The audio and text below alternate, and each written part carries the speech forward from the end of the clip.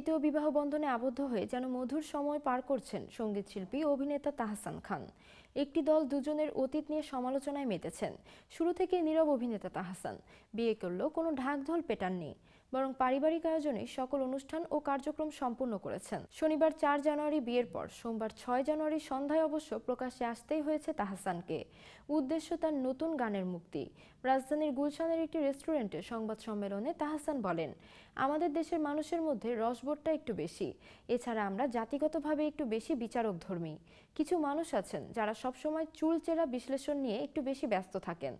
এটা উচিত নয়। এসব বিষয় মাথায় রাখলে এগিয়ে যাওয়া কঠিন। তিনি বলেন, আমি অন্য আর 10 জন মানুষের মতোই।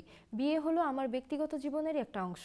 আর্টিস্ট হিসেবে মানুষ আমার ব্যক্তিগত জীবন নিয়ে অনেক কিছু জানতে চায়, তাই বিয়ের মতো এত বড় একটি বিষয় লুকিয়ে রাখতে চাইনি। এর বাইরে আমার কিছু বলার নেই।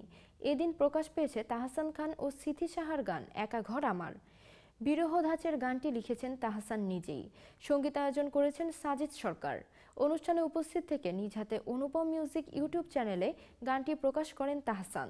সঙ্গে ছিলেন সিথি সাহা, সাজিদ সরকার সহ আরও অনেকে। গানটি প্রসঙ্গে সঙ্গীতশিল্পী বলেন, 7-8 মাসে এই গানটি লেখা। একটা মানুষের প্রেমে পড়ে গেলে সে মানুষটার প্রতি অনেক প্রত্যাশা থাকে। সেই প্রত্যাশা পূরণ না হলে মানুষের কষ্ট অনেক বেশি হয়।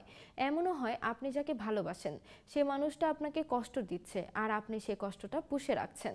বলতে গেলে একটা মানুষকে ভালোবাসি, আবার সে মানুষটাকে ঘৃণাও করি। এমন চিন্তা থেকেই এই গানটি মাথায় এসেছে। সত্যি বলতে গত 20-22 বছর ধরে অনেক ধরনের গান করেছি, কিন্তু বিরহের গানের জন্যই দর্শকের বেশি ভালোবাসা পেয়েছি। এবারও তাই হলো।